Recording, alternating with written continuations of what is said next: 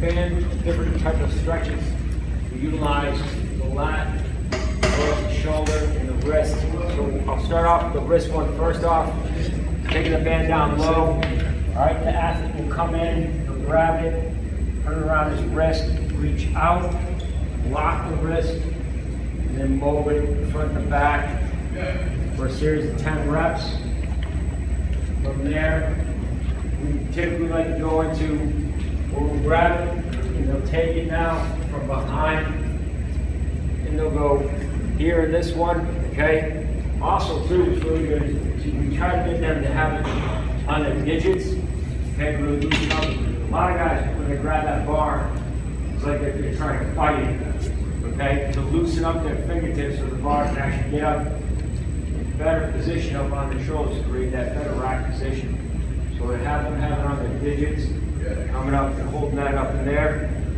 And then the last one that I showed is coming into this position where they come through the band and they wrap it, to stretch here as well as coming here to stretch, and then turn it internally and externally out, okay?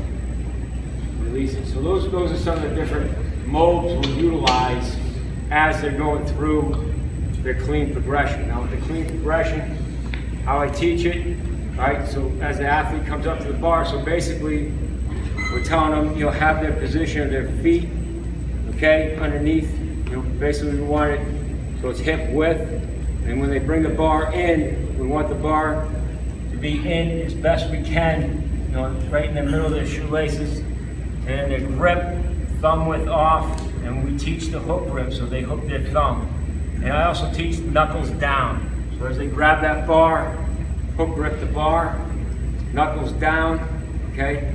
And what we do is the first pull, we just lift off to the knee, pause that, 1, 2, back down, back up, pause it, up to the second transition, 1, 2, back down, and then we'll work a full, all right, position of, actually go ahead and receive the bar up in the front squat position as you clean it. And then as they hold that bar up there, the partner will come up as you saw, go ahead and apply pressure for a 1, 2 count, and the athlete releases the bar down.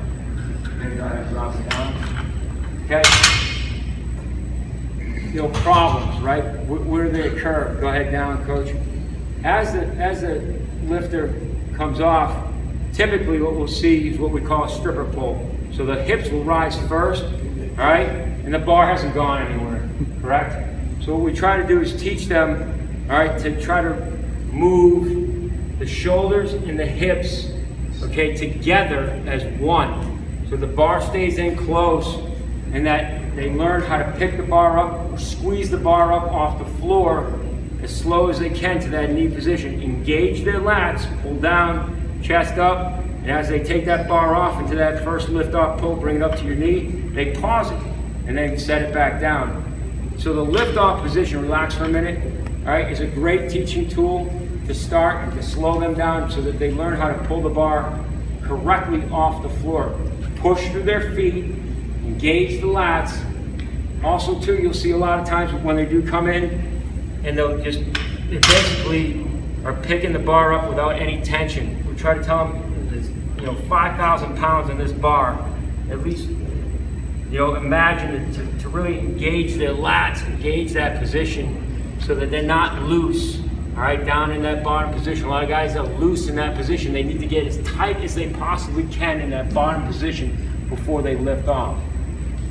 Again, push into the floor, push with a leg press, so that way they're engaging, they're utilizing their legs and they're not just throwing their hips up, because once they get into that transition of getting themselves back into that second pull, they have to fight like heck to get that bar in. Go ahead, coach, bring it up into to your hip position, okay? And bring it all the way up. Now, another big thing is hip hinge. So we'll teach, all right, from the top down. So we'll hip hinge at this position. We'll keep the bar tight all the way down to your kneecap. All right, now squat the bar down. That's it. So bring it back up. Top position, hip hinge, down to your knee, squat the bar down. So they learn how to actually So from that hip hinge position, all right, to squat the bar back down to the start position. All right, give me a full clean position.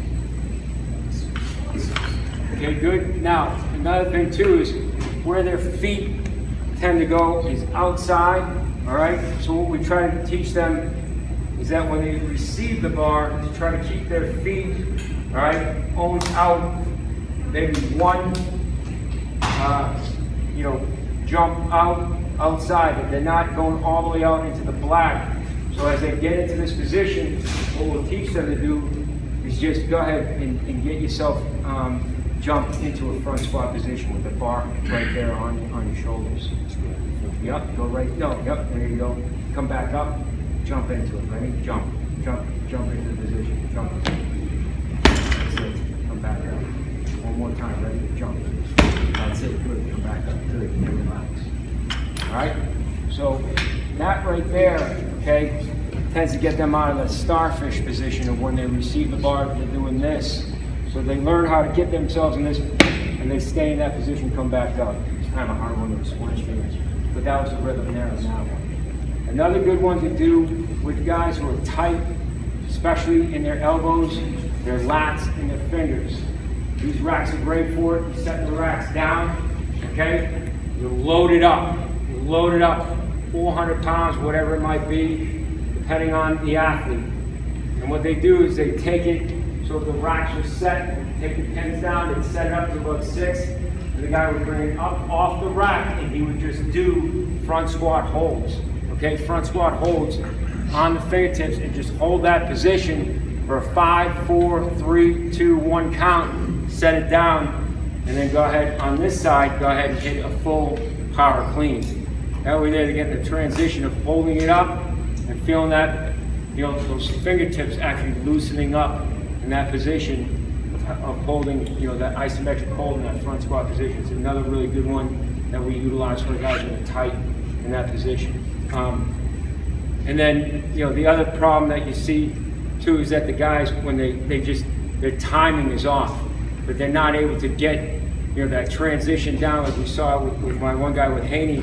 So we work on the timing, and one thing with the timing that we like to do is the drop, so that when they get into that position, okay, and they're up here, and they shrug up on the bar, shrug up on their toes, and as soon as they feel it, we'll say drop. Get them down in that position right there, hold that position, and then come up. So they're working on the timing and committing, okay, to get themselves under that bar. They commit to get under the bar. So as they're up on that position there, up tall, boom, drop, elbows up, and then come up on it. So it's another good exercise to work on the timing of getting themselves under the bar. We could do a whole clinic on this continually, on all the different things, but those are some little tips that I've seen help my guys with. Thank you, Coach, appreciate it. Thank you, guys, appreciate it.